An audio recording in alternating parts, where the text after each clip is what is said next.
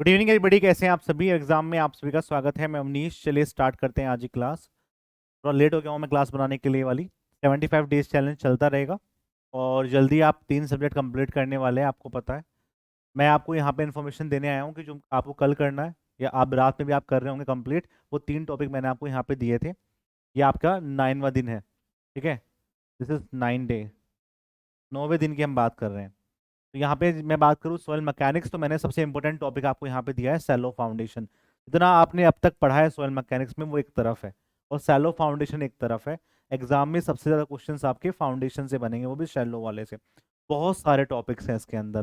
सबसे पहले इसकी शैलो फाउंडेशन होता क्या है, टाइप ऑफ फुटिंग क्या होती है, स्टैफ फुटिंग किसको बोलते हैं, ठीक है, स्टिफ फुटिंग किसको बोलते हैं, वो सारे क्वेश्चंस आपको पता होने चाहिए। शैलो एंड डीप फाउंडेशन क्या होती है, कुछ बेसिक टर्मिनोलॉजी हम बात करते हैं। Gross pressure, net ultimate, safe, Q net safe कितना होता है, उन सब चीज़ों पे क्वेश्चंस बनते हैं एग्जाम में। फिर हम बात करते हैं एनालिटिकल मेथड, जैसे ग्रोस से जैसे हम बोलते हैं general share failure, local share failure, punching share failure. उसमें फाई की वैल्यू क्या क्या होती है, कब आपके फाई की वैल्यू 36 डिग्री से बड़ी होगी तो क्या होगा। ऐसे क्वेश्चंस काफ़ी बनते हैं, ठीक है। ये बात आपको ध्यान है। या फिर डी आर की जो वैल्यू है वो कितनी रहेगी। फिर हम बात कर लेते हैं आपके फिल टेस्ट की, जैसे एसपी टेस्ट को बोलते हैं स्टैंडर्ड पेनिट्रेशन टेस्ट, या फिर प्लेट लोड टेस्ट, या फिर एससीपीडी टेस्ट। ये सभी की स्पेसिफिकेशन आपको याद होने चाहिए। क्या काम करते हैं, कैसे कैलकुलेशन करते हैं, सेटलमेंट का फॉर्मूला क्या होता है, किस केस में Q F by Q P की वैल्यू 1 के बराबर होती है, किस केस में ये 1 के बराबर नहीं होती है। वो सारी इंफॉर्मेशन आपको यहाँ पे पता होनी चाहिए।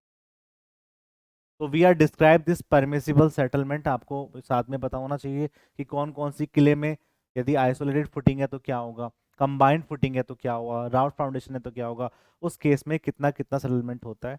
ट्रजागी मैथड्स जो हम फॉर्मूला यूज करते हैं, ये वाला C N C plus Q N Q plus 0.5 gamma B N gamma का जो हम ये फॉर्मूला यूज करते हैं, ये कब लगाया जाता है, ठीक है। मान लो कल को आपकी स्क्वायर फुटिंग हुई, कल को आपकी रेक्टेंगुलर फुटिंग हुई, तो उसमें क्या क्या चेंजेस आ जाते हैं, वो सभी क्वेश्चंस एग्जाम में बनते हैं। वाटर टेबल का करेक्शंस, यदि आपकी वाटर टेबल आपके सरफेस पे आ गई तो 50% ज़्यादा बियरिंग कैपेसिटी रिड्यूस जाती है, आपको पता होना चाहिए। कैसे हम कैलकुलेट करते हैं। फिर आपकी जो फुटिंग है उसकी डिफ्लेक्टिव शेप है, कल को आपकी फ्लेक्सिबल फुटिंग है तो ये आपको पता होना चाहिए कि ऐसा कब बनेगा, ये आपको पता होना चाहिए कि ऐसा कब बनेगा प्रेशर डायग्राम, ठीक है। तो ये सारे क्वेश्चंस आपके एग्जाम में यहाँ से बनते हैं, तो बड़ा इंपॉर्टेंट टॉपिक है। आराम से अच्छे से कवर करिए, बिल्कुल प्यार के साथ में। नेक्स्ट हम बात कर लेते हैं सर्वेइंग। प्लेन टेबल सर्वे मैंने आपको दिया था। स्केल छोटे स्केल के लिए यूज करेंगे, बड़े के लिए कौन कौन से एक्सेसरीज यहाँ पे यूज की जाती है, टेम्पररी एडजस्टमेंट, लेवलिंग, सेंटरिंग, या फिर आपकी ओरिएंटेशन कैसे करते हैं, उसके बाद क्या करेंगे, वो है यहाँ पे। फिर हम बात करते हैं method of orientation by the help of rough compass कर रहे हैं या फिर बैक साइड से कर रहे हैं। फिर डिफरेंट टाइप के मेथड्स होते हैं प्लेन टेबल के, रेडिएशंस कहाँ पे यूज करते हैं, वेरी वेरी इंपॉर्टेंट है।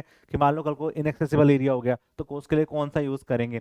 मान लो कि मुझे अपनी प्लेन टेबल की प्लॉटिंग करनी है तो कौन सा यूज करेंगे। तो ये सारी चीजें आपको पता होनी चाहिए किस किस मेथड में कैसे कैसे काम किया जाता है, वेरी वेरी इंपॉर्टेंट है। फिर हम बात करेंगे 2 पॉइंट एंड 3 पॉइंट प्रॉब्लम्स की, ये आपके एग्जाम में काफी पूछी जाती हैं, तो इनको सबको याद करना है अच्छे से। फिर हम बात करते हैं एग्रीगेट्स। एग्रीगेट्स में क्लासिफिकेशन कहाँ से बनता है, एंगुलर शेप कहाँ से बनेगी, ठीक है। मान लो राउंडेड शेप है वो कहाँ बनेगी, सी सेल में कौन सा मिलता है, वो पता होना चाहिए। ग्रेडिंग ऑफ एरिया पता होना चाहिए। फिर डिफरेंट टाइप के हम इसमें इसके अंदर मेथड्स यूज करते हैं, कैरेक्टरिस्टिक यूज करते हैं, जैसे एसी वैल्यू, इसको बोलते हैं एग्रीगेट क्रशिंग वैल्यू कितनी कितनी होनी चाहिए, फाइनेस वैल्यू कितनी होनी चाहिए, इम्पैक्ट वैल्यू कितनी होनी चाहिए, या फिर एग्रीगेट का एब्रेशंस वैल्यू कितना होना चाहिए। इन सबको यहाँ पे डिस्क्राइब किया जाता है। फिर हम बात करेंगे फाइनेस मॉडुलस कितना होगा, साउंडनेस टेस्ट कैसे कैलकुलेट की जाती है एग्रीगेट की, बल्किंग ऑफ सैंड कितने मॉइस्चर कंटेंट पे होता है, और इन सब की वैल्यू भी पता होनी चाहिए आपको कि कब 45% होता है, कब आपका 38% होता है, कब आपका 25% होता है एब्रेशंस वैल्यू। ये काफी इंपॉर्टेंट है, एग्जाम में इनमें क्वेश्चंस बनते हैं, ठीक है। तो ये तीनों टॉपिक मैंने दिए हैं, इनको कंप्लीट करिए। और सैटरडे को ना आपका टेस्ट है। कल का आपका जो दिन है वो सब कुछ रिवीजन के लिए होगा, और जो आपने पढ़ा है वो होगा। सैटरडे आपके पास क्या होगा, टेस्ट डे होगा। सैटरडे में 6 PM शाम को 6 बजे, ठीक है। मान लो कि कल आप कंप्लीट करना, कल आपका फ्राइडे है, कल आपका 26 जनवरी है, अच्छे से मनाना, अपने टॉपिक को कवर करना, फिर पूरा रिवीजन करना पीछे का जितना आपने कंप्लीट करा है इस हफ्ते में, ठीक है। टेस्ट के बाद फिर आपका टेस्ट नंबर 2 स्टार्ट हो जाएगा, टेस्ट नंबर 2, ठीक है। और संडे को उसको एनालिसिस करना अच्छे से, फिर मैं आपको नया टास्क दूंगा। संडे को एनालिसिस डे है, तो इस बार मैं भी आपको एनालिसिस करवाऊंगा, जो जो आपकी गलतियां हुई हैं, किस टॉपिक में आप मिस्टेक कर रहे हैं, वो आपको बताने चाहिए।